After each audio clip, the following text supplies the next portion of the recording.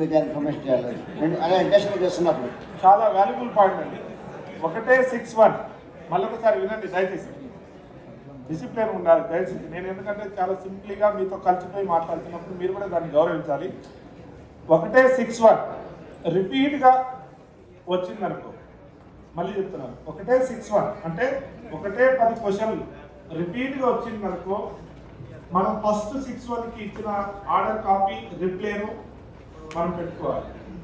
అదే కేసు అదే రిపీట్గా క్వశ్చన్ వచ్చినప్పుడు మనం ఏం చెప్పాలంటే, గతంలో ఇదే 61కి ఇదే క్వశ్చన్కి ఇదే ఆన్సర్కి పలాని వ్యక్తులు అడిగారు, దానికి ఆర్డర్ దానికి రిప్లై ఉంది, ఇది ఇస్తున్నామని మనం అదే రిప్లై ఇవ్వాలి. సేమ్ క్యాండిడేట్ అడుగుతూనే మళ్ళీ వేరే వాళ్ళు అడిగినప్పుడు తప్పకుండా మనం ఇవ్వాలి. మూడోది, ఇది చాలా వాల్యుబుల్ పాయింట్. ఇది కూడా ఇట్లా క్వశ్చన్లు అడుగుతూ ఉంటే ఒక్కొక్క దానికి ఒకటి లింక్ ఉంటుంది. మనం టీఐఓగా కమిషన్ కోర్టు విచారణకు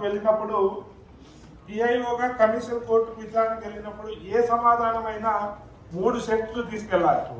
3 సెట్స్ ఎందుకు తీసుకెళ్ళాలంటే, ఒక్కొక్క సందర్భాల్లో మనం పోస్టు ద్వారా పంపిస్తాం.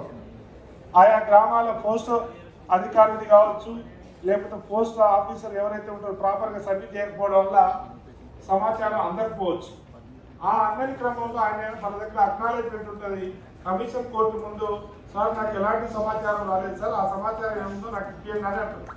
అప్పుడు మన కమిషన్ ముందు మనం తలదించుకోకుండా ఉండాలంటే 3 సెట్స్ తీసుకెళ్ళాలి. ఒక సెట్ ఏమో కమిషనర్కి ఇవ్వాలి, ఒక సెట్ ఏమో అప్పటికప్పుడు అప్లికెంట్ కావాలంటే వారికి ఇవ్వాలి, ఒక సెట్ ఏమో మన దగ్గర రిజర్వ్గా పెట్టుకోవాలి. దానివల్ల some people are with difficult person ఉంటారు ఇవాళ సొసైటీలో. మళ్ళీ అడగడం వల్ల మళ్ళీ పని జరిగింది, ఇక నేను వెళ్ళాగా నేను కూడా అడగాలని తపన పడుతూ ఉంటారు. లేకపోతే మనోళ్ళు ఏదైనా, ఇక ఇంతకుముందు చెప్పాను కదా, చారానకో బారానకో కొన్ని కథలు జరుగుతూ ఉంటాయి. కాబట్టి అలాంటి వ్యక్తులు ఉన్నప్పుడు మనం సమాచారంతోనే సమాధానం చెప్పాలి.